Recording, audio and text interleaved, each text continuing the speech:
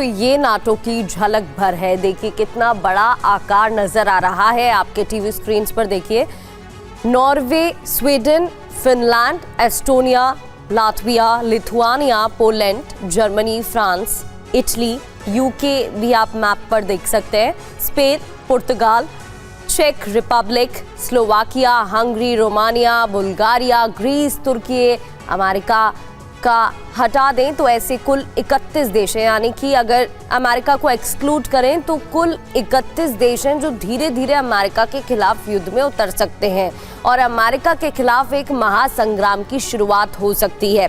शुरुआत में ग्रीनलैंड के करीब मौजूद देश अमेरिका के खिलाफ युद्ध का बिगुल बजा सकते हैं। Norway, UK, Germany, France, Spain जैसे देश डेनमार्क का साथ दे सकते हैं और ग्रीनलैंड पर कब्जे के मिशन के खिलाफ आवाज बुलंद कर सकते हैं। युद्ध का एपिसेंटर ग्रीनलैंड बन सकता है। देखिए नॉर्वेजियन सागर से लेकर उत्तरी अटलांटिक सागर तक का ये विशाल इलाका युद्ध क्षेत्र में बदल सकता है और ये जंग नाटो बनाम नाटो की ही होगी। एक तरफ अमेरिकी सेना होगी तो दूसरी तरफ यूरोपीय देशों की सेना होगी। दुनिया इसी महासंग्राम की कल्पना से डर रही है।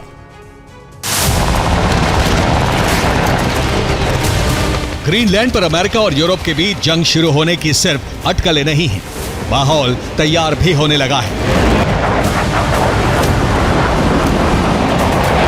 कल तक यूक्रेन के मुद्दे पर ट्रंप से बात करने वाले यूरोपीय नेताओं ने अमेरिका को चेतावनी दे दी है। यूरोप की तरफ से एक साझा बयान जारी किया गया है।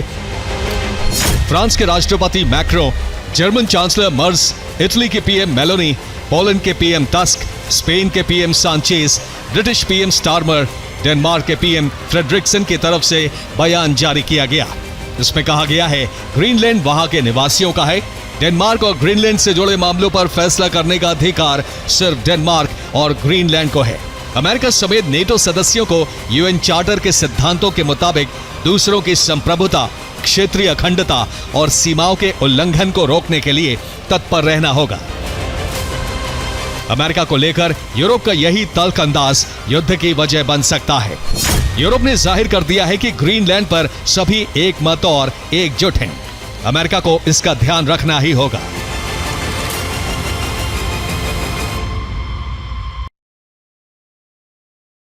रण हुआ तो दुनिया में शक्ति का संतुलन बिगड़ सकता है।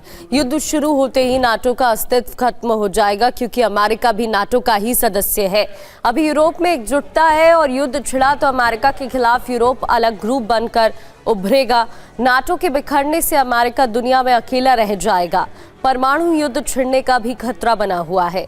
रूस, चीन मौके का फायदा उठा सकते हैं और कई और मोर्चों पर जंग छिड़ सकती है।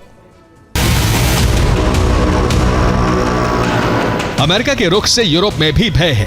पोलैंड के प्रधानमंत्री डोनाल्ड टस्क का मानना है कि अगर यूरोप कमजोर और बटा हुआ नजर आता है तो सहयोगी देश भी उसे गंभीरता से लेना बंद कर देंगे।